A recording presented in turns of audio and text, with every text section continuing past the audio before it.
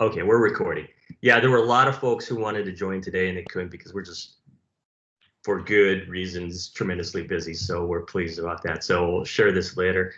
So Nir, let's jump right in. Why don't you tell us a little bit about your background, why you decided to write this book, and, given your background as really a more creative person with the Clios, the Emmys, the verticals you've worked in, why a business book versus something that wasn't more literature driven? Let's hear this. Yeah, definitely. And again, thanks for having me, Josh. I think it's going to be a lot of fun. I basically started going door to door in Los Angeles washing cards when I was 9 years old. It was my first company, all right?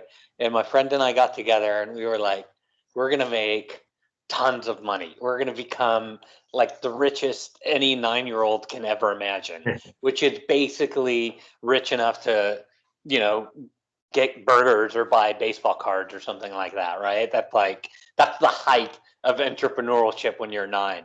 And so we went and knocked on doors, literally in the neighborhood, 3, 4, 5 blocks away, just like all day and night,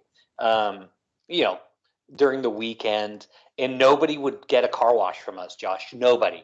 They would be like, I don't know, about you guys washing the car. Or they'd kind of look at us and say, yeah, I worked for the last 10 years to save up for this Pontiac 6000. It's beautiful Pontiac or whatever, 1984 Ford Taurus, like, boom, that's my car.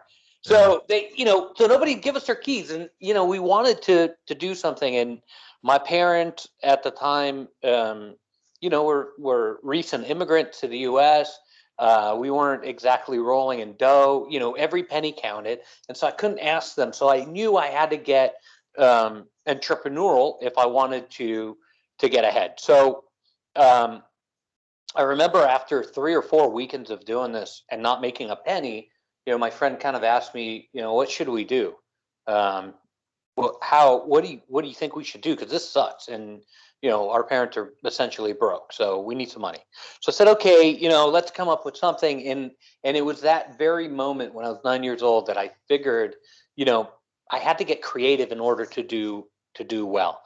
And so what we did is we ended up going door to door doing all kinds of other things, not washing cars, but we'd say, hey, we can wash your car, but we can also clean out your trash cans and stuff like that. And we ended up cleaning up a ton of trash cans, Josh. Like, I remember the smell and like that, like disgusting feeling of grabbing a hose and like cleaning out trash bins in the valley in Los Angeles. So I discovered very young that you needed to be creative in order to do well. And so fast forward to today, I've run several companies. I've run a furniture refinishing company, I had a production company in Hollywood, as you know.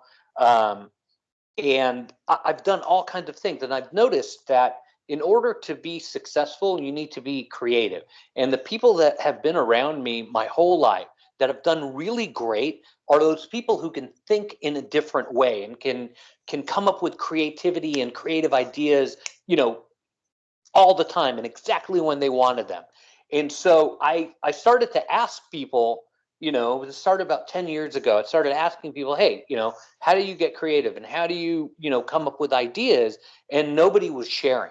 And so I was like, okay, no problem. There's got to be a book. And so I started looking in the market for a book. I was like, there's got to be a how-to guide to creativity. There is not one book, Josh, on the market that is a how-to guide for creativity, not one.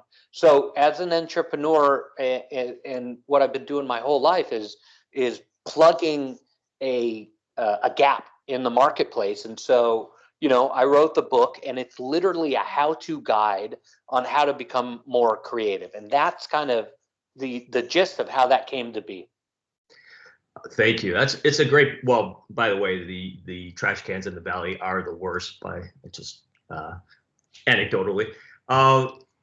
No, the book is fantastic. I've read it. Several folks on this call have read it. It, for me, a lot of things resonated. A lot of things were felt a little more intuitive, just because we trade in the currency of creativity on a daily basis. but I could see there were so many, and we'll get into that, insights and ways to approach problem solving that in many ways we just don't give ourselves permission to do. And especially, you know, I can't tell you how many calls I'm on where we're sharing work or we're talking about ideas or scoping things, and someone will say, well, you know, I'm not a creative person, but, and they want to give their idea, and it's like, and I always say, don't say that. You are a creative person, or you bring a creative insight to things in a particular way that maybe I or somebody else would view it differently. I'm just wondering, if, get a little vulnerable for us here for a moment. You know, you've had success with films, you've had success with advertising and productions and what have you. Was there a certain amount of and this is your debut sort of business book, was there something, any kind of fear, or was it daunting to write something that you felt was going to go out to the business world, or did you not necessarily see that it was going to the business world, the business people? Yeah, it was super fearful. I mean, I'm still like, I get emails, and I think I was telling you about it with, you know, people who read the book, or, you know, kind of reviewing or just sending an email to the author, because I'm really easy to find. There's 3 Nir Bashans in the entire world. Like, there's a kid in Israel that's uploading Call of Duty clips. You know, that's not me. There's a furniture designer, you know, and sorry, a closet designer, and there's me. And so so people Google my name, right? Nir Bashan. They hit enter, and they're like, cool, his email's right there. And so they send me emails, and I cringe when I get these emails. But yeah, you know, I'm still very fearful of hearing what people have to say from any community, you know, from the business community, from the creative community, from just about anybody. I think anybody who writes a book who says, you know, oh, you know, I'm not afraid of what people think, and, you know, I know this was the right thing to do, so I did it. I think they're kind of BSing a little bit. Yeah, I think it's a difficult thing, and it's full of fear when somebody reaches out and says, hey, I read your book. You know, I'm always like, oh no. You know, most of the time, Josh, the feedback has been good. People are like, okay, cool, this has helped me. But occasionally the feedback is negative. It's like, oh, what a waste of time, and, you know, this sucks, and, you know, you get upset at it, but it really is kind of what you do with it rather than what happens. You know, your life is full of these moments where you can choose, you know, what it is that you want to do. And I think a lot of us are sort of hampered by, you know, what it is that we think is the right answer, or what it is that we think that, you know, we need to be doing, instead of just kind of saying, you know what, okay, that's that person's opinion, and moving on. So How has the feedback been? And, you know, obviously you have some pretty high profile people who have written accolades for the book, you know, Stanley McChrystal, et cetera, some Wharton Business School professors. I mean, obviously you've struck a tone, and maybe it is because that didn't exist out there. Like, the necessity is the mother of invention, right? You saw the need in the niche. What has the feedback been like? And, you know, without getting too confidential, how have sales been, or how has it changed things for you moving forward? Definitely. Yeah. So the sales, thank goodness, have been great. The book's on Amazon and Barnes and Noble and bookstores all over the world. And the sales have been really good. We made a top 40 business book list by Porchlight. Um, you know, there's something like a million or million and a half books released on business every year. And, you know, this is like the top 1% of the 1%. So very, very happy there. Congrats. That's really, Yeah, thanks. Yeah, it's been well received. I'm getting a lot of emails, a lot of comments. We have a weekly newsletter that goes out to, I think it's 3,800 people. And we, you know, it's never like salesy or anything like that. It's like, here's a couple of tips, and this is what you should be doing at work and stuff like that. I set it up so you can reply to it. So I get a lot of replies where people, you know, just hit reply because the newsletter's in there. And the overwhelming majority of people are enjoying the book. They're like, hey, you know, I've dog-eared this page, and I'm using, you know, this part at work. But yeah, I love it. You get I got something yesterday or the day before from a guy who's like, Near, this is the worst book I've ever read. And, you're talking about the trinity of creativity. It's something I would never use. I would never break down a problem in 3 ways. And I'm like reading through this thing and I'm like, wait a second. He's totally using, okay, so he doesn't like the way, I labeled it, or he doesn't like, how it was sort of called out, but he was using it. I don't know. I feel like it's just one of those things that's doing a little bit better in the world, and I think we can all use that right now, especially with everything going on. Josh, it's like you want to put out something that will help people, genuinely help people, and I think one of the cool things is that everything in the book is free, absolutely free. It costs zero.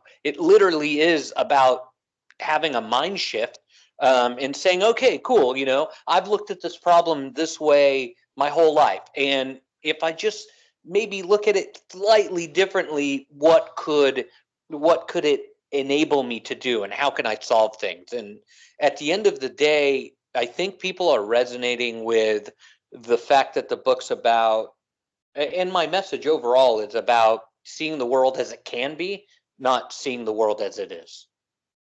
Yeah, and for yourself as well and your goals. I Totally. totally get that. So when you say that everyone has creativity in his or her DNA, what do you mean by that, and how do you support that? So what I believe is that, and we could talk about this too, because so when I first started writing the book, I was like, I could say what I believe, write it down, and so what I would get is these emails back from McGraw-Hill going, absolutely not. This needs two attribution. You need to find a scientific study to back this up, and this you can't say. It was an eye opener, to say the least. But what I believe is that about 50 or 60,000 years ago, there was um, uh, an early cave woman, and she was being attacked by a beast far larger and, far stronger than us. And she came up with, in just a flash, she came up with a way to save her life. And that way to save her life was creative. She saw a stick that was nothing but a walking stick, and she saw like a little berry picker that had kind of an edge on it that was nothing but a berry picker, and she put the two together and was able to, use it to poke away the attacking beast. And so instantly she ran to her village and shared it with everybody, and everyone learned how to get creative in order to save your life. And I think today it is no different. So we've done a ton of research, a ton. If you look, it's all in the book. It's attributed, studies, double-blind studies, stuff like that, that people far smarter than me have conducted. But basically, we were all born creative. We're all born with the ability to solve problems in kind of non-linear ways. And as we get older, every single society on Earth, not just the West, but in Africa, in Southeast Asia, every single society on Earth trades the creative skills for analytical skills. At some point, we stop, thinking, let's put this two things together and create this amazing thing. We start thinking, well, X equals Y, and we start to think in spreadsheet logic and, analytics and all of the measurements and all of this stuff, data. We stop being creative at some point. So what I am really interested in doing is having a place or a process that people can start to reclaim the creativity that they were born with. I'll give you a story, Josh. So, my son is turning 4 in a couple of weeks, and we get him, toys on Amazon or whatnot. Literally, the box comes, right? And he rips open the box. He takes the toy, places it on the side of the box, and then plays with the box for an hour. Yeah. So, like, what the good hell is happening? Yeah, yeah. Isn't it? It's just, and I look at it, and I'm looking at the box, and I'm like, oh man, so I got to recycle it. The recycle guy doesn't come till Tuesday. I'm like, oh, that's next week, and then I got to remember to break down the box and put it away. That's my mentality. It's and dude, I wrote the book on not thinking like that, right? And so even me, I'm like, oh man, I'm thinking of it kind of in an analytical way, but my son sees potential, possibility, fun, entertainment, all of these great things. So I think that we need to get back to that somehow. And so I've kind of created a process, but not only that, it's something that within all of us, it's the reason we're here today, that we've all survived and made it, to 2021. And we're all sort of contributing to humanity because we are creative. That is the reason human beings have survived this long. Yeah, it's really amazing when you watch kids, and again, any parent can attest to this, but there's just a natural wonder and creativity, right? I mean, they pick up this pen and it becomes a laser on the planet Zurzok, right? And we tend to, I think, not only do we trade that out for analytics, but we also it's less acceptable, isn't it, to be creative? It's only kind of in those creative fields where you're applauded for being creative, but it's in those that are not traditionally creative where it's like, well, does the data support this? What's big data? Like I heard something the other day. It's like, you think about an apple pie, right? It's an old philosophical question, but in apple pie, the parts of the apple pie is the data, and that's great, and the sum is the pie itself. But what is the real meaning behind that pie? The pie is Thanksgiving, right? And memories. It's all these other things that we don't think of. We tend to focus more on the what ingredients go into the pie rather than the end result and the experience of the pie. That's very heady, and I'm getting a little crazy, and this is your time. But tell us a little bit about, I think you touched on this a bit, and then I'd like to open up for questions if there are any. But, if you say that everyone can learn creativity, why aren't businesses doing it more? And how do you feel that they can really make a difference or turbocharge for themselves, their own careers, but for the business goals as well by being more creative? Yeah. So I think that, and I work with a lot of companies, and I usually come on after, the big four consultants have been there. And it's like a classical sort of, process, right? What happens is the consultants come in from, you know who they are. They're the big consultancies, and they do cost saving measures. They're like, if we look at this process and improve it 0.002%, if you add it up by the end of the year, we've saved this much money, and so on and so forth. And, what ends up happening is it works for a little while, but then it always sort of stales out. You need to constantly invest in creativity, in innovation, in order to stay relevant. So when I come in, it's kind of a story of, okay, Nir, so we had the guys in here, they've done a great job. We've gotten a few pieces of efficiency, but we're stuck. I'm like, of course you're stuck. You don't just hire this thing out and then expect like everything to be great, right? This is a process. This is something that, needs to be embedded over and over. I'll give you a story. I worked with one of the pizza manufacturers franchises in the US. And I came in after the big five have gone through, and the efficiencies went up, up, up, but then they staled out. In some cases, they got detrimental because some of the efficiencies didn't take on any of the human factor, the soft skills, empathy, and all of these things that you have to deal with and foster in order to be successful today. But what ended up happening was, we kind of met, and they were like, we want to introduce a new product, so we need a creative guy just to introduce a new product. I said, guys, I'm not going to introduce a new product because I don't know your brand. Y'all work there, your whole lives.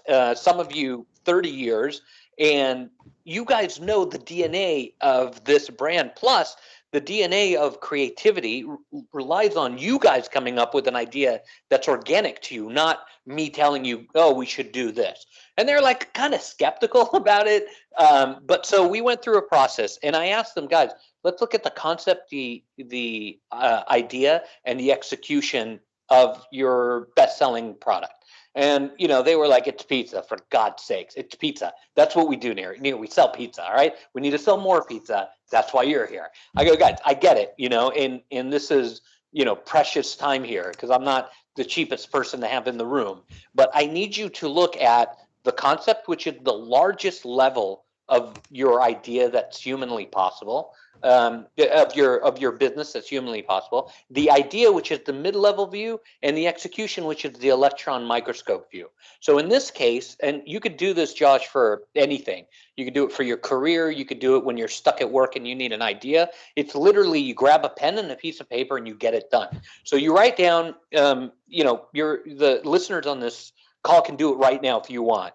Write down execution. Sorry, I was actually going to ask you about some of the actual mechanics because a lot of people haven't read the book and they probably will. I think this is the sort of stuff that a lot of people are tuning in right now. Like, okay, give me some of these tips because I want them now because I have a million things on my plate that I have to get done. So sorry to interrupt, but please. Yeah, for sure. So here, I'll write it down with you guys. So write down your concept, your idea, and your execution. I don't know if you can see that. Concept, idea, and execution.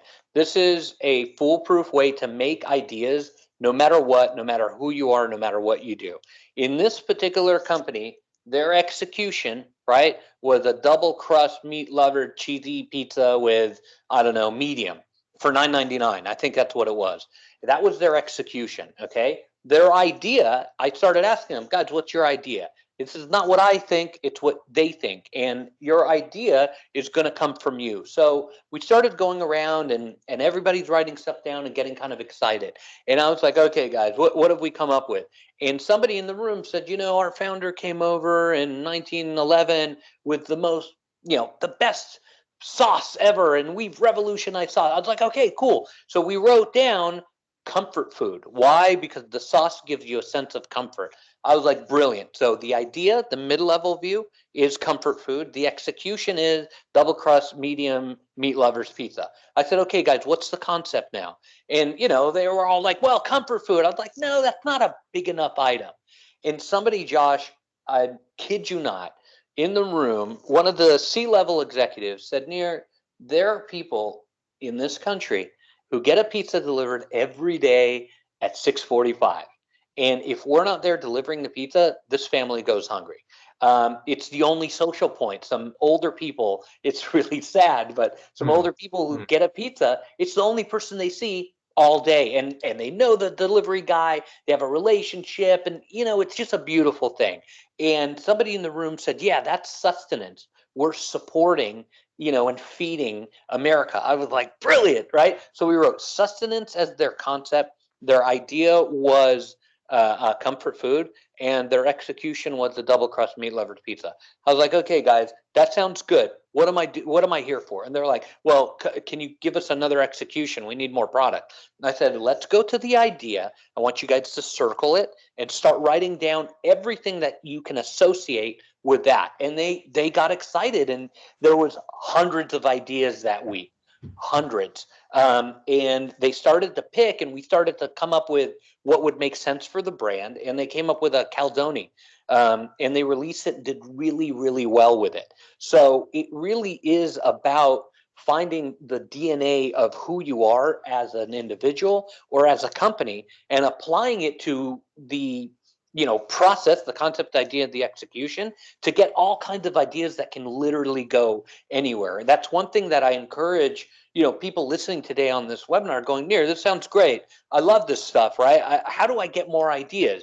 I'm, trying to get to the next level, and I'm a project manager, and I want to be a program manager. What do I do? Dude, you write down the concept, the idea, and the execution. Your execution right now is you're a junior level project manager on, in this sort of grade on this team, doing this kind of work. Circle it. Great. What's the idea behind it? And then you start to go, you know what? I kind of fell into this. I was in radio. I don't know, I'm making stuff up. I was in radio in college, and I did, a bunch of podcasts and stuff like that. Okay, cool. What about the podcasts were interesting to you? You start to kind of grind this out. You write podcasts down. You start to elaborate and brainstorm, and you come up with communication is your big thing. Okay, cool. So your concept is communication. Your idea is podcast, and your execution is that you're a PM. What can you do? What do you want to do now? Oh, I want to get to the next level at work. Boom, you got a really good idea. Why don't you do a work podcast, right? Where you are really good at communication. You love that stuff. Why don't you come up with a podcast and start with your small group, expand it out, grow, and then you can get to the next level that way. It's just stuff like that, that having a structure and not just like, like a thumb to the wind. Having a structure to organize ideas gives it power. That's great, man. Very insightful. I wonder, it seems so radically simple, but it's something that people just don't do. Businesses don't do. People don't tend to do. And maybe because it's an overwhelming thing. How did you have a lot of these sort of insights and roadmaps in your book, but how did you come to that? Was it from working in advertising and seeing the strategists work on things? Was it just something that you applied to your own life? How did you, just using that as an example, how did you come to that sort of insight and that sort of breakdown? Yeah, definitely. I taught at Art Center for a long time in the ad program, and it was like boot camp for testing your ideas. You want to see if your ideas stand up to inquiry. Get a bunch of graduate students or undergrads, throw them in a room together, and go, hey, concept, idea, and execution, and they literally will kill it. The thing that students have an advantage that the rest of us don't is, they can have a bad attitude. They can come in and shoot down ideas. They can come in and ask, how much money do you make, and all this stuff. We as professionals can't ask that stuff. And there's a certain permission given to a student that enables them, to do whatever it is that they want to do. And that helped shape a lot of these ideas. Some of the other ideas, Josh, came from the School of Hard Knocks, where, I've launched a business and it failed miserably, or I've tried something and it gone really, really bad. And most people view adversity in a negative way. And sometimes just shifting your mentality to view what happened to you, in a positive way, and taking the positive out of it rather than looking at the negative, can be so profound. And yes, I agree with you. All of this stuff sounds so simple, right? And it sounds like, common sense, but you just don't have that level of common sense in most businesses today, because the risk is so great to shareholders, to the company, to customers, that leadership in most companies, I've worked with Fortune 100, Fortune 500, won't take risks like that. They're very comfortable doing what is established. And what is established is, looking at quarter three report, looking at the P&L sheet, and making a distinction.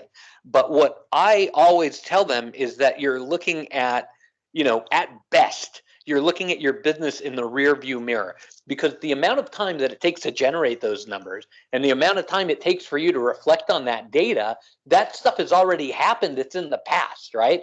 And the lightning speed that businesses move at today need a different approach. And that approach is creativity. It is the ability to tap in to the other part of the mind and come up with problem solving. So a lot of the ideas in the book come from just getting it wrong so many times that, I ended up getting it right. A lot of the ideas come from Art Center, where I taught, and you came in and did amazing work with the students there as well. And then some of it comes from research. I don't know, people ask me, Nir, this is really great. Like, how do I come up with different ideas? And, I'm doing concept, idea, and execution every day, but how do I come up with other stuff?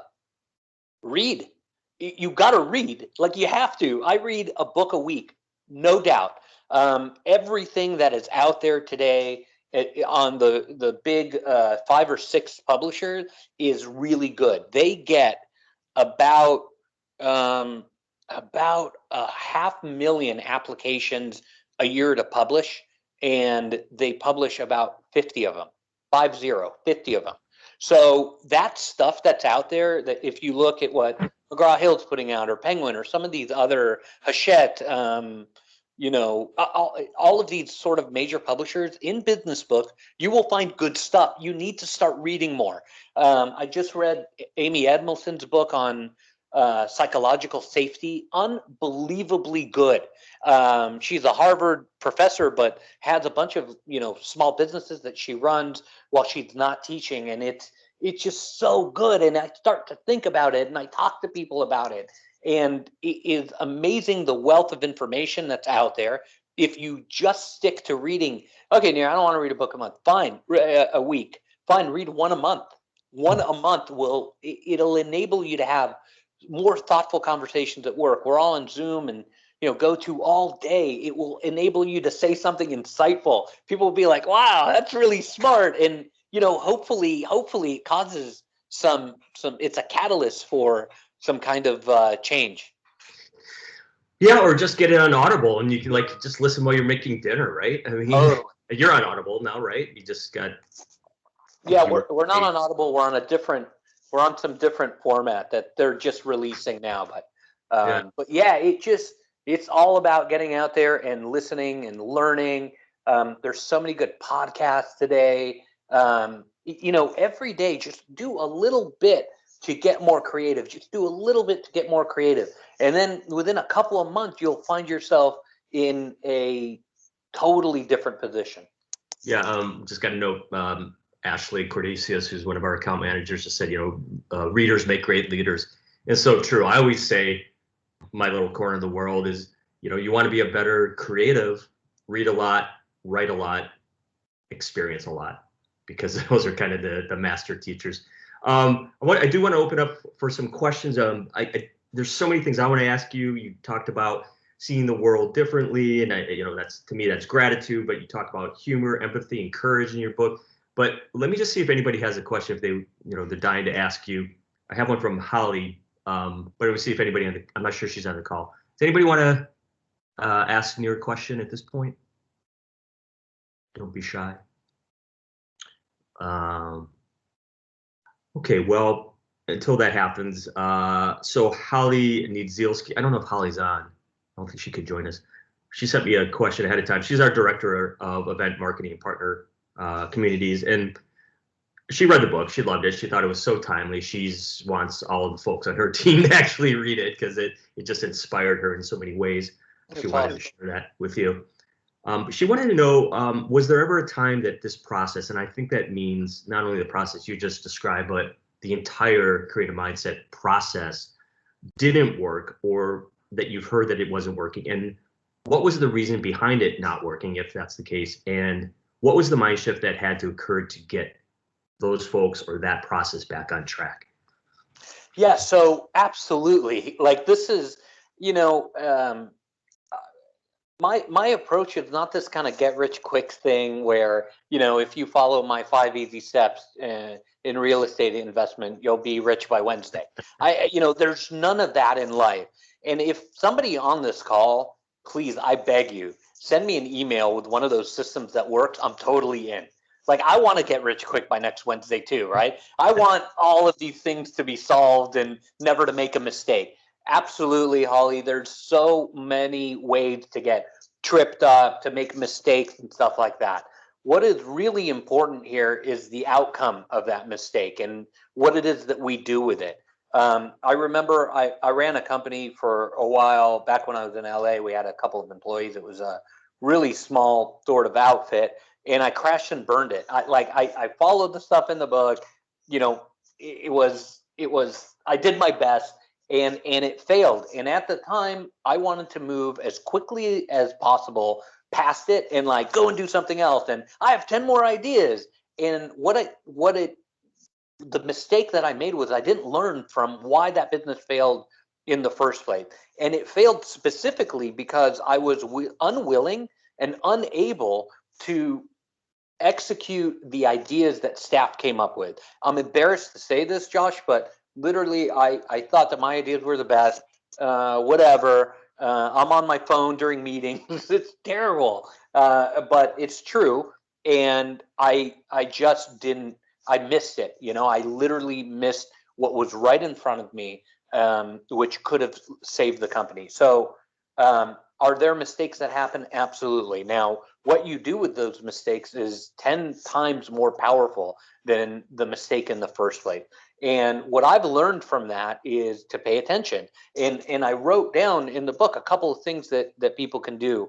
People can do listening now and watching us now. One of them is to shut your phone off once in a while. Just shut it off. It's okay to be disconnected. And I know that a lot of people love it, but just 10 minutes, 15 minutes, an hour, oh no, without your phone will be an amazing experience for you because it'll enable you to pay attention to what's in front of you. And sometimes what's in front of you is the most important thing in the world. Another thing that can really help people is to shut up once in a while. I know this is weird because we're talking a lot and it's kind of a fun back and forth. But Josh, you know me, I'm usually not the talker. Usually not the talker. I'm the one who listens. I want to experience and to hear and to have empathy and to have a bit of understanding of what's going on in a situation before I talk. A lot of what people say and a lot of what people mean are two totally different things, right? The way that somebody says something can be subtextual. There can be a lot of meaning behind it. There could be no meaning behind it. And if you're not paying attention and you're not really listening, you miss all those cues. So those are a couple of really important things. But yes, Holly, there's tons of mistakes that are made, tons of mistakes in this process. And it really is an individual effort to look at what those mistakes are and go, wow, I really kind of screwed up here. I really made a mistake there. And, this is what I've learned from it. And re-injecting it into the process is the way to do it. It's interesting. There's just something out there in the zeitgeist of things. We just, our Dennis Krupe, who's our sort of lead of our age, one of the leaders of our agency, sent out a TED talk to some of us, and the woman was just talking about, shut up sometimes, just listen, active listening. Put everything aside. You might be thinking about dinner, you might be thinking about this. Listen, because people have insightful things to say, and most of the time we're waiting to jump ahead towards what we want to say next, right? Rather than what the reality is. It's unbelievable, the creative power. You guys can try it now. I mean, this thing is over in a little bit. Do it at your next meeting. Do it in 20 minutes, right? Literally 20 minutes from now, push mute. And then every time that you want to talk, ask yourself, will this contribute to the conversation? Will this elevate the conversation? And will this be something that I absolutely have to say? And if those three things are not met, keep it on mute. Watch what happens. I think you'll be very pleasantly surprised. It's funny. I find you a talker. I mean, I clearly am, and I overtalk all the time. Maybe it's part of my role, but I always remember what my father used to say was an old Confucius saying, better to remain silent and be thought a fool than to open your mouth and remove all doubt.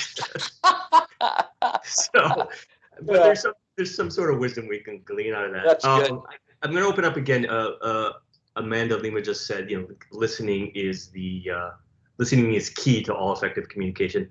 Lise has a question. Lise Getz is one of our account managers. Lise, did you want to ask it, or would you like me to ask it? I'll ask. Sure, I'll ask. Go for it, Lise. Hey, this has been really interesting conversation, and I'm just wondering if you've done anything differently over the last 12 months to encourage the creative process, since we've been, staying at home, working from home. We're not around other people. It's literally it's every day the same view, the same, situation. It's been really challenging for me. I really miss being around other people and, just the excitement of kind of wondering what's going to happen. So it's a great question. Yeah, definitely, Lise. I think that, it's hard for me to say, here's a few things you can do, right? Because creativity is so personal, and it really depends on kind of who you are and what you're doing, what I would do is write down kind of a concept, idea, and execution of your role. Write down the kind of things that make sense on the idea level, on the execution level, and start to see where you can find meaning. Maybe that same meaning from going into the office was chatting with everybody and just being social. Maybe that meaning has changed.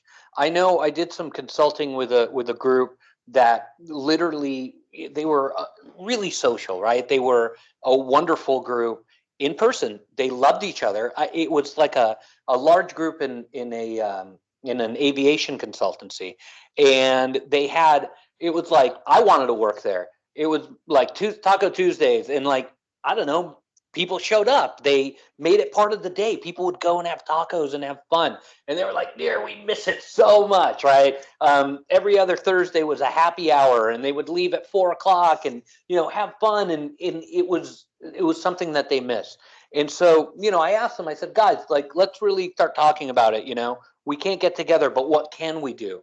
And they came up with a couple of ideas. One of them was a virtual happy hour, which is really interesting. Because you think it's going to be awful, least, but it ended up being really cool for them because some of the same jokes and some of the same sort of conversations were able to be handled virtually.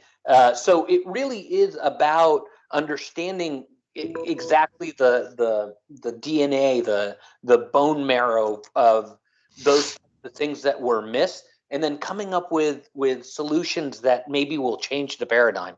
I will tell you for my business, which is in-person speaking, I go to a conference, I'm on stage. Hi, everybody. I do an hour talk or a half-hour talk and then leave.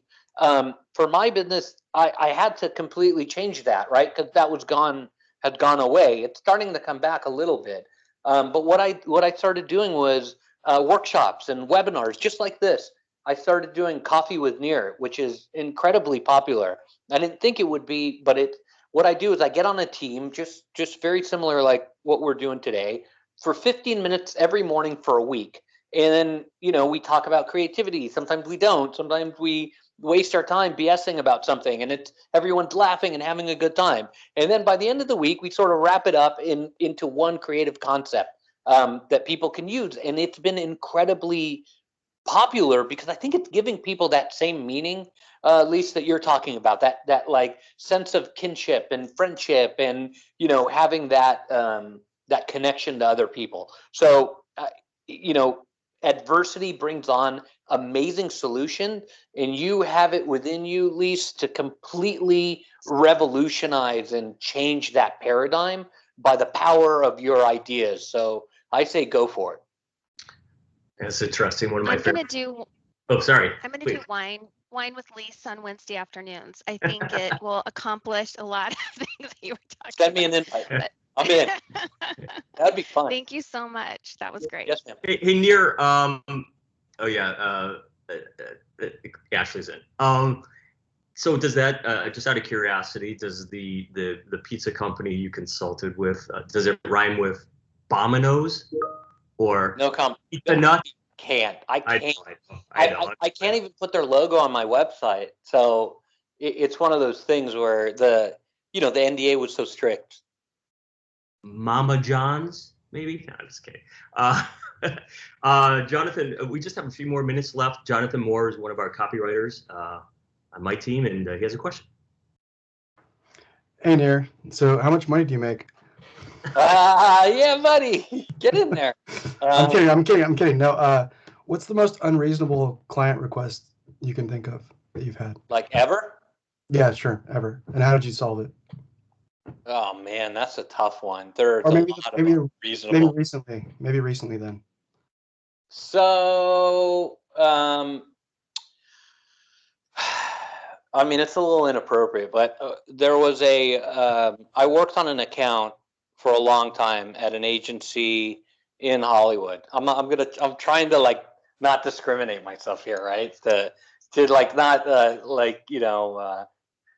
don't want you guys to figure out who it was, but it was an agency in Hollywood, and we were on a piece of the account. We didn't have the whole thing. We had, I think, 2 or 3 of the channels of the 360, and the client was a partier, to say the least, and she literally wanted us to kind of spend the entire weekend with her, partying, literally. And good thing it was a while ago, and I didn't have kids and that sort of thing, because I wouldn't be able to. Josh knows this. Like Saturday, Sunday, there's soccer practice and all this stuff comes up. You can't. I just can't. But at the time, I didn't have any of that, and so it was a very interesting weekend. It was, every night, kind of going for it during the day. She, I think, wanted to kind of test our metal out a bit, to see who can get the drunkest. I kid you not, and it was a serious account, and it was a well-paying account, and it was a famous brand, and she ran the brand forever. She was the CMO there.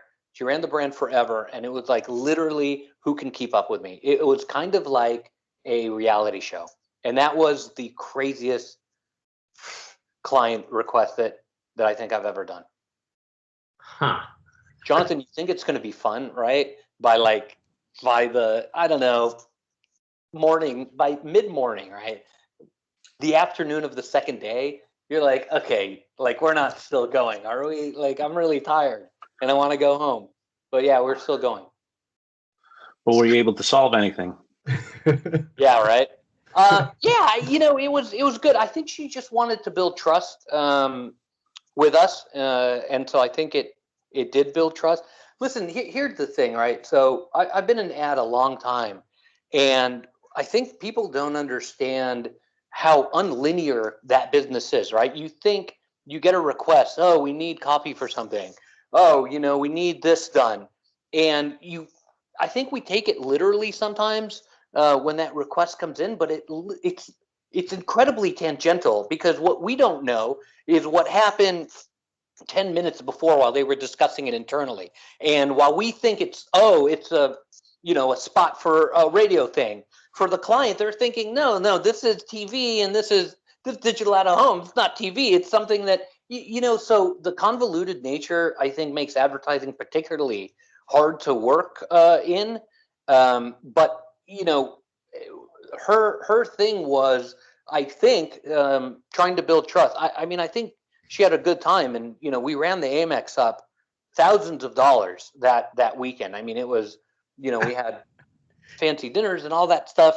This was about, what, 10 years ago now, 12 years ago. But yeah, I think it was just a familiarity thing, and she wanted to make sure that everybody had a good time, and I think it was a trust exercise that was implemented in a way that I've never seen before. It's also listening, right? Probably reading between the lines, listening to where she was coming from, which might have been professional, might have been trust thing, it might have been her own thing, which is, with the few minutes we have left, I mean, you talk about, speaking of all that, humor, empathy, courage, where does that fit into their soft skills? Where does that fit into the professional environment? Definitely. So I feel those are the three, and I get emails about this, Josh. People are like, really?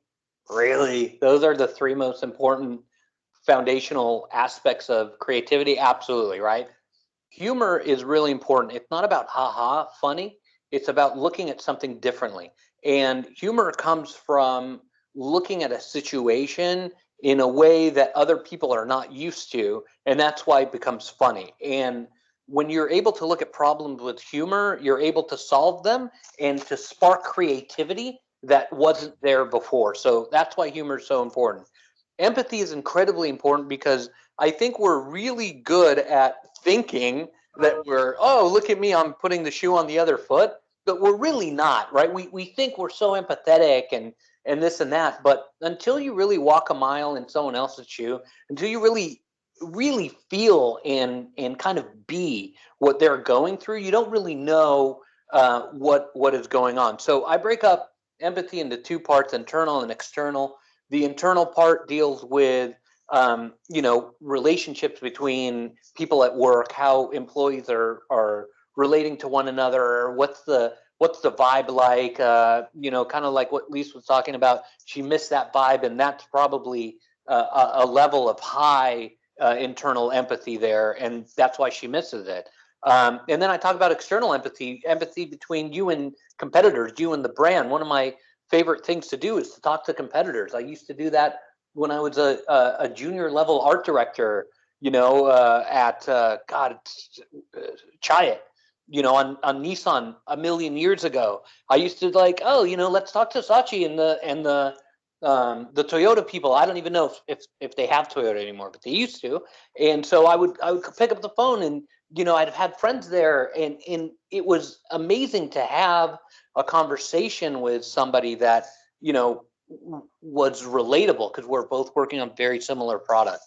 And I think that having that external empathy, you get ideas, and it's something that kind of uplifts the conversation for both people. And so finally, you got to have the courage to go out there and do exactly that. And so, Josh, I feel that having courage to take a creative leap is really, really important, and it's incredibly rare, because most people will do the humor part and find a different way to look at something.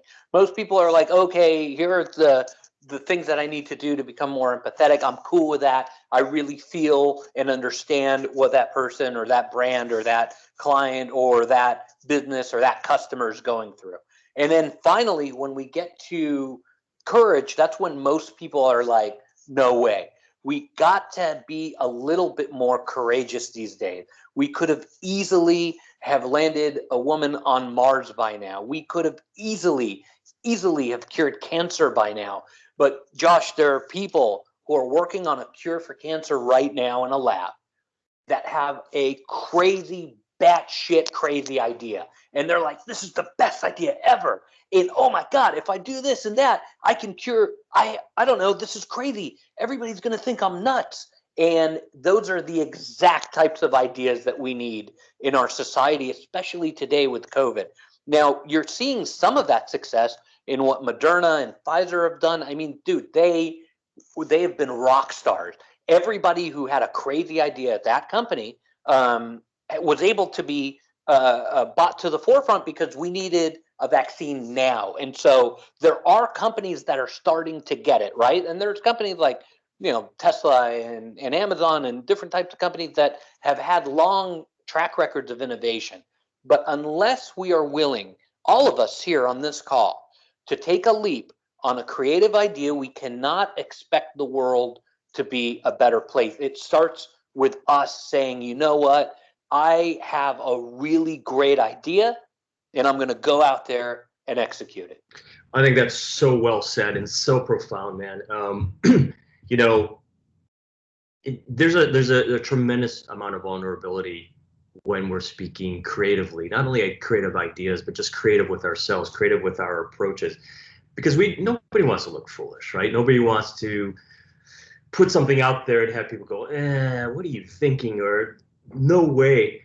And so you kind of have to just go for it. So I think it's very profound. I mean, we just have a few minutes left here. I think, to me, in reading this book, creativity is the killer app. It is the unspoken superpower that we can all bring to business and ourselves and our own careers.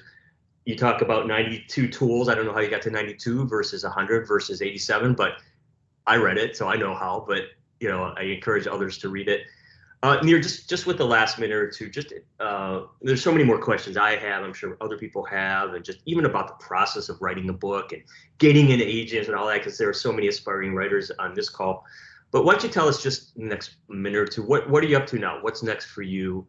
What are your plans as we get out of this pandemic, hopefully?